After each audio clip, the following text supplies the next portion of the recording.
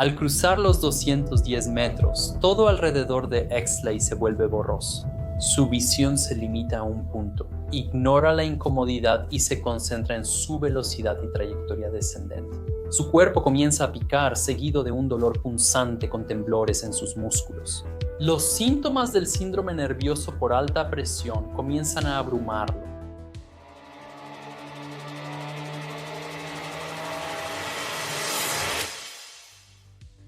Sheck Exley no era solo un buzo, era un pionero. A los 16, mientras muchos adolescentes aún se descubrían, él ya estaba bajo el agua, respirando aire comprimido y buscando lo desconocido. Pero la tragedia llegó temprano. A los 19 años, él y su hermano menor, Eduardo, competían para ver quién buceaba más profundo sin equipo en los manantiales Guacula de Florida. Eduardo nunca regresó. Para Sheck fue un momento que pudo haberlo cambiado todo. En cambio, encendió una chispa. Seguiría buceando, pero con más seguridad. Se prometió a sí mismo y a sus padres que nadie sufriría esa pérdida de nuevo. Ese juramento lo marcó. A los 22 años, trabajando en las Bahamas como buzo de seguridad, Exley intentó salvar a dos hombres que buscaban batir un récord con aire comprimido. Alcanzó 142 metros antes de detenerse. Casi lo mata. Los dos buzos que intentaba proteger no tuvieron tanta suerte. El incidente consolidó su reputación. Exley tenía gran tolerancia a la narcosis por nitrógeno y, más importante, la disciplina para respetar sus límites. A los 20 años no solo exploraba cuevas, estaba reescribiendo las reglas. Exley había hecho más de 1000 inmersiones en cuevas, más que nadie en el mundo entonces. No solo superaba profundidades, también creaba protocolos de seguridad en los que otros confiarían por décadas. Los peligros del buceo incluyen narcosis, toxicidad por oxígeno y enfermedad por descompresión. Pero Sheck Exley enfrentó esos peligros con precisión y calma.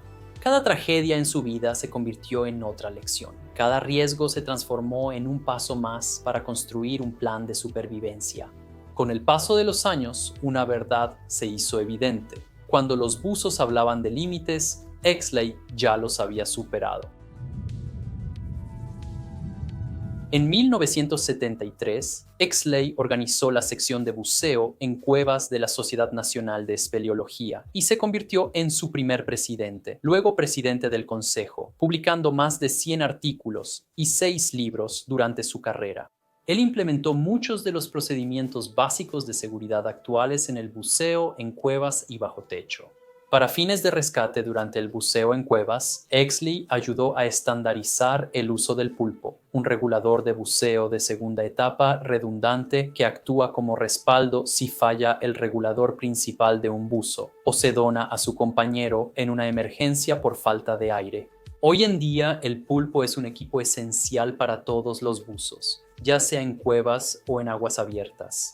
En 1984, Exley dejó la concesionaria familiar y empezó a enseñar matemáticas en la preparatoria Suwannee en Live Oak, Florida, para liberar más tiempo y así poder viajar a sitios profundos en México, el Caribe y alrededor del mundo para perfeccionar su técnica de buceo. Exley también compró una propiedad en Cathedral Canyon Springs, a unas 10 millas de Live Oak, que tenía un sumidero de piedra caliza que forma parte del sistema Felmet.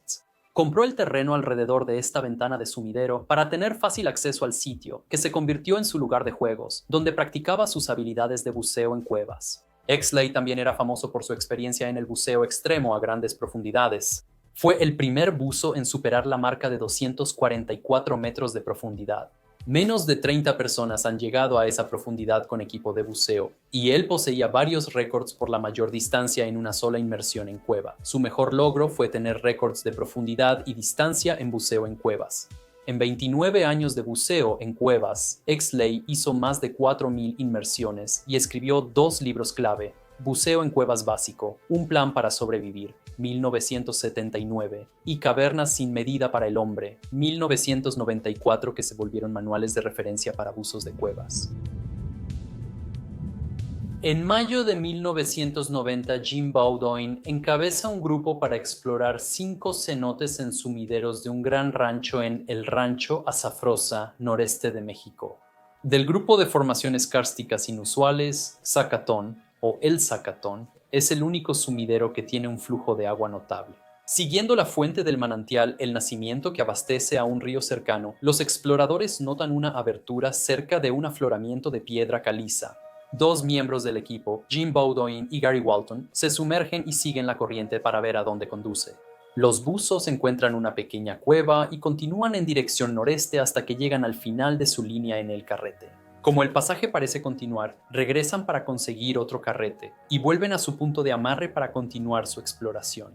El fondo mide 17 metros y está lleno de esqueletos de tortugas, por eso lo llaman pasaje de la tortuga muerta. Pronto los buzos ven un haz de luz a lo lejos y llegan al final del túnel después de recorrer una distancia de 230 metros. Emergen en las aguas esmeralda de Zacatón a 8 metros bajo la línea de flotación. Los buzos emergen en un cenote rodeado por un acantilado de piedra caliza de 20 metros. El zacate alto se desliza por el lago con el viento, de ahí el nombre Zacatón. El proyecto utiliza una plomada para registrar la profundidad del cenote, que es de 76 metros. En abril de 1993, el proyecto sigue explorando los 5 cenotes. Sheikh Exley se suma al equipo para bucear en áreas inexploradas. Al enfocarse en Zacatón, aprenden que es de origen volcánico. Las aguas son muy mineralizadas, con olor a azufre, ligeramente ácidas e hidrotermales, y mantienen una temperatura constante de unos 30 grados Celsius. Encuentran otra sorpresa. Durante una inmersión con aire, Bowdoin y Exley descubren que la línea de plomada utilizada para registrar la profundidad ha caído en una repisa. Bowdoin alcanza 79 metros, mientras Exley desciende a 124 metros sin lograr ver el fondo. Al día siguiente, el proyecto intenta hacer una medición de plomada más precisa. La línea, con un peso, se desenrolla del carrete, pasando los 152 metros, luego los 305 metros y finalmente se detiene en 330 metros, convirtiendo a Zacatón en uno de los sumideros llenos de agua más profundos conocidos en el mundo. Me fascina la manera en que los humanos ponen a prueba sus límites, como escalar el Everest, bucear en cuevas sin fondo o construir torres frágiles en medio del océano. Cada intento es un esfuerzo por conquistar lugares que nunca estuvieron destinados para nosotros, y el océano tiene una forma de recordarnos lo frágil que puede ser esa ambición. Una y otra vez, la línea entre el triunfo y la tragedia resulta ser sumamente delgada. El equipo asegura la línea en la pared norte del cenote y planea una inmersión profunda en cueva con mezcla de gases para el día siguiente. Se requiere una mezcla de gases porque al aumentar la profundidad, los buzos respiran a mayor presión. Bajo presión, el nitrógeno en el aire común causa narcosis y el oxígeno se vuelve cada vez más tóxico. La solución más práctica para bucear a profundidad es usar una mezcla especial de gases como el Trimix, que reduce el contenido de oxígeno y nitrógeno mientras sustituye otro gas inerte como el helio. La mezcla permite al buzo descender más profundo sin narcosis ni intoxicación por oxígeno y también reduce la cantidad de tiempo que se pasa en las paradas de descompresión durante el ascenso a la superficie. Al día siguiente, Bowdoin desciende a 154 metros y Exley a 220 metros. A medida que la semana de buceo llega a su fin, Exley y Bowdoin acuerdan regresar juntos a Zacatón y explorar las profundidades de este Everest al revés. Han encontrado el sitio perfecto para una inmersión en circuito abierto a más de 300 metros. El agua es cálida, no hay corriente, los lugareños son amigables y el acceso al sistema no es complicado. Bowdoin y Exley deciden que dentro de un año intentarán bucear hasta el fondo de Zacatón, un hito de 305 metros que nadie más ha intentado con equipo de buceo. Los miembros del proyecto realizan 6 viajes a México en 12 meses. Bowdoin se sumerge cada vez más profundo para prepararse para el intento de 305 metros. Exley va a Sudáfrica para intentar una inmersión récord y llegar al fondo de una enorme cueva submarina en Bosman's Gut o Bushman's Hole. He hecho otro video sobre la profundidad de Dave Shaw en la misma cueva que enlazaré aquí. Exley baja rápido en la oscuridad al superar los 210 metros. La presión que aumenta rápidamente hace que todo a su alrededor se vuelva borroso. Su visión se estrecha como si intentara mirar a través de un agujero de alfiler. Mantiene el enfoque e ignora la incomodidad, conservando su velocidad y trayectoria hacia abajo. Su cuerpo comienza a picar, seguido de un dolor punzante. Luego, sus músculos experimentan temblores intensos e incontrolables. Los síntomas del síndrome neurológico por alta presión comienzan a abrumarlo. Más allá de 150 metros, respirar helio expone al buzo a una reacción neurológica causada por el aumento rápido de la presión. La gravedad del efecto depende de la velocidad de descenso del buzo, la profundidad y el porcentaje de helio. Los ojos se encogen, haciendo que los buzos vean auras brillantes alrededor de personas y objetos. Pueden presentar somnolencia, temblores fuertes, convulsiones y alucinaciones. Para detener los síntomas del síndrome neurológico por alta presión, hay que ascender. Pero Exley está concentrado en llegar al fondo. Decide continuar aunque todavía debe descender más para lograr un nuevo récord. La tremenda presión hace que el aire en su traje seco se comprima, perdiendo su flotabilidad. Los temblores del síndrome nervioso por alta presión son tan intensos que tiene dificultad incluso con tareas simples como operar su inflador. Con tanques y pesas, cae como roca al fondo fangoso de la cueva. La presión es 27 veces mayor que en la superficie y toma tiempo para que el gas en su compensador de flotabilidad alcance la flotabilidad neutra. Exley recupera el control justo a tiempo antes de estrellarse contra el fondo. Inmediatamente comienza su ascenso. Aunque Exley no recuperó la etiqueta de profundidad, sus computadoras confirman un récord personal de 263 metros. Es el primer buzo en llegar al fondo de este sumidero sudafricano. Los síntomas del síndrome nervioso por alta presión han desaparecido por completo cuando Exley llega a la primera parada de descompresión a 122 metros. A esa profundidad extrema, Exley soportó el síndrome nervioso por alta presión y el intenso frío. Exley usa un sistema de calefacción eléctrica dentro de su traje seco, pero la exposición de 7 horas en el agua fría le pasa factura. Respirar helio, más ligero y que conduce el calor 10 veces más rápido que el aire, enfría su cuerpo más rápido. Exley sale del agua con el rostro gris ceniza y temblando de frío. Al llegar a los 40 y tantos, Exley sabía que el tiempo se le acababa y que sus años persiguiendo récords mundiales terminaban. Cuando le preguntan por qué hacer inmersiones tan profundas, responde: yo tuve el récord mundial de profundidad y distancia en 1970. Pensé que sería bueno tener ambos otra vez antes de retirarme. Simplemente me tomó casi 20 años lograrlo. Hace una pausa antes de agregar: quería llegar a 1000 pies. Es un número bonito y redondo, pero eso tal vez sería exagerar. Tendré que colgar mis tanques pronto, al menos para eso. Creo que la razón principal por la que lo hago es porque quiero saber qué hay allá abajo. El 4 de abril de 1994, el proyecto con Exley, su exesposa Mary Ellen Eckhoff, también una buza experimentada, Bowdoin y su esposa Karen Hole, la doctora buza Ann Christovich y Marcus Gary se reúnen en Rancho Asafusa para el intento de 305 metros. Exley quiere mantener el grupo pequeño y personal. El grupo se prepara colocando botellas de descompresión a profundidades específicas en Zacatón y El Nacimiento. Se colocan 2 líneas lastradas, separadas por 9 metros, que llegan hasta el fondo para servir como línea de descenso independiente para cada buzo, haciendo que el esfuerzo sea, en efecto, una inmersión en solitario. Ambos buzos prefieren esta configuración para evitar el contacto y posibles interferencias durante el descenso rápido. Exley se prepara para la inmersión, realizando una inmersión con aire a 128 metros. Exley practica hacer una inmersión profunda con aire antes de sumergirse a grandes profundidades. La mañana del miércoles 6 de abril, ambos buzos se preparan para su inmersión. Exley y Bowdoin comienzan en el manantial El Nachamento y nadan a través de El Pasaje para llegar al sitio de buceo Zacatón. En Zacatón, los buzos son recibidos por la prensa de Sports Illustrated, Destination Discovery y un equipo de Canal 7 de Tampico. El propietario, su familia y habitantes locales también están ahí, lo que pone nervioso a Exley. Esto quizá no importe para muchos, pero para Exley, quien está por iniciar una misión peligrosa, afecta su concentración mental. Exley ya había hablado sobre el incidente de 1970 cuando se sumergió 142 metros para intentar salvar a 2 buzos. Las víctimas ignoraron los protocolos de seguridad bajo la presión de los patrocinadores, los medios y los espectadores.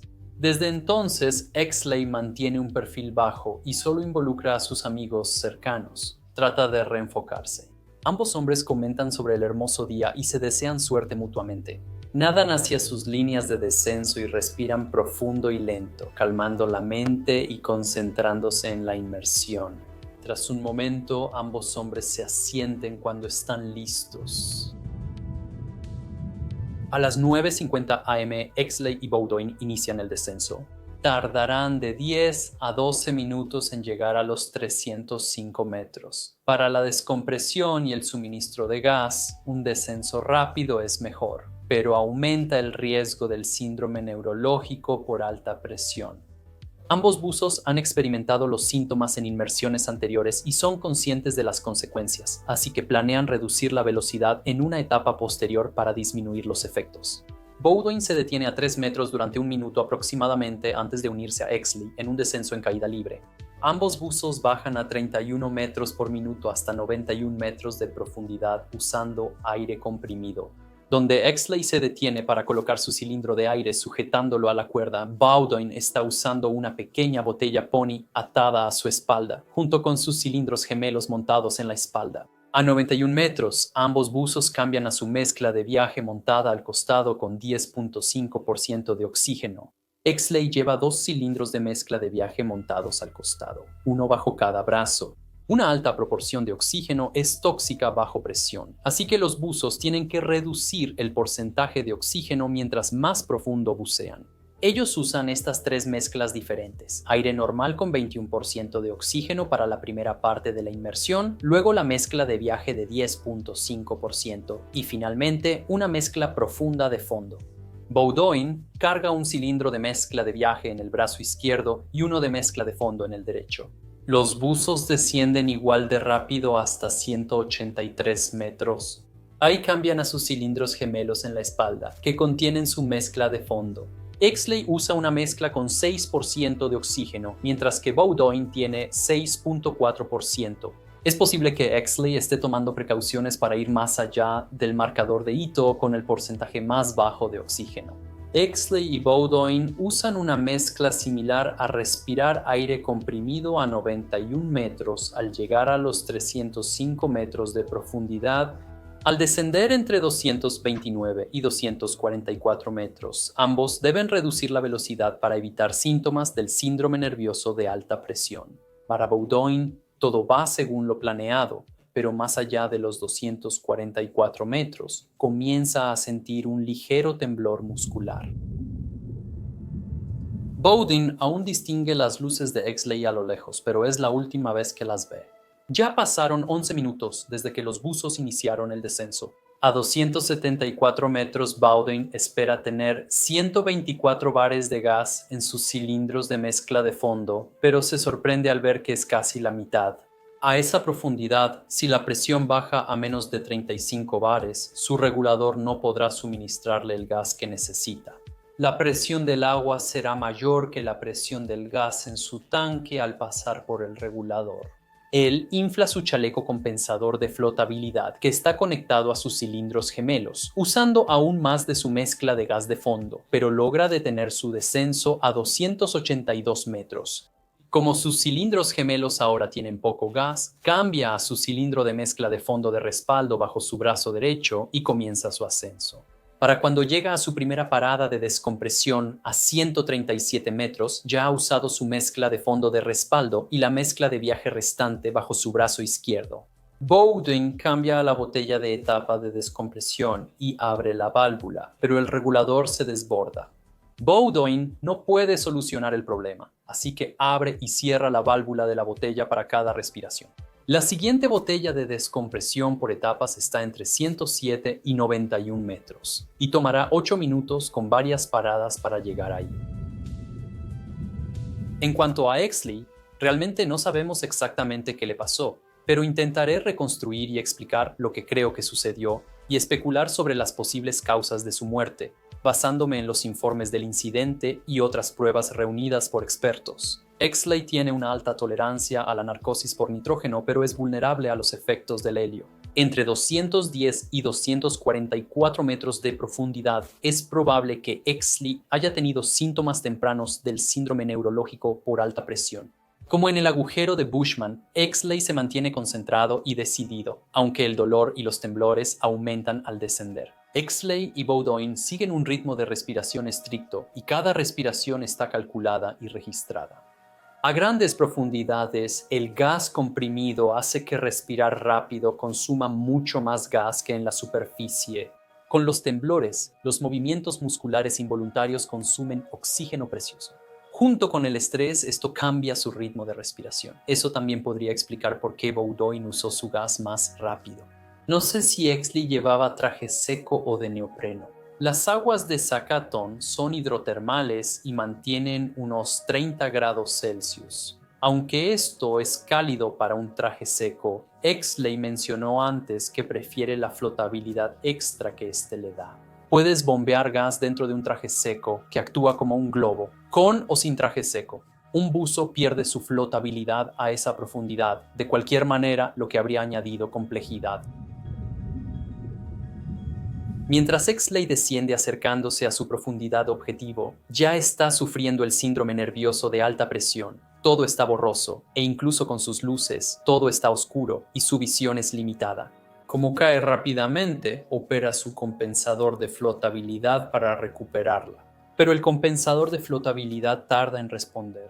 Para detener su descenso, instintivamente agarra la cuerda de descenso y la enrolla alrededor de ambos brazos y la válvula de sus botellas laterales. Esto detiene su descenso. Su computadora de buceo de muñeca marca 276 metros. Tras detener su descenso, Exley intenta subir, pero antes debe desenredar la cuerda de su brazo y la válvula del tanque. Los síntomas del síndrome neurológico por alta presión persisten, dificultando la tarea.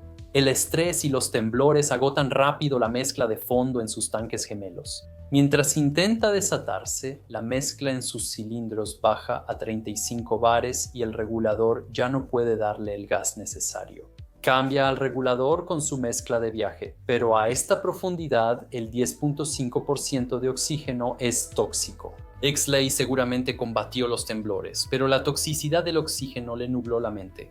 Lucha por liberarse, y el esfuerzo extra dificulta su respiración, acumulando dióxido de carbono. Sistema nervioso central. La toxicidad del oxígeno lo lleva a convulsiones.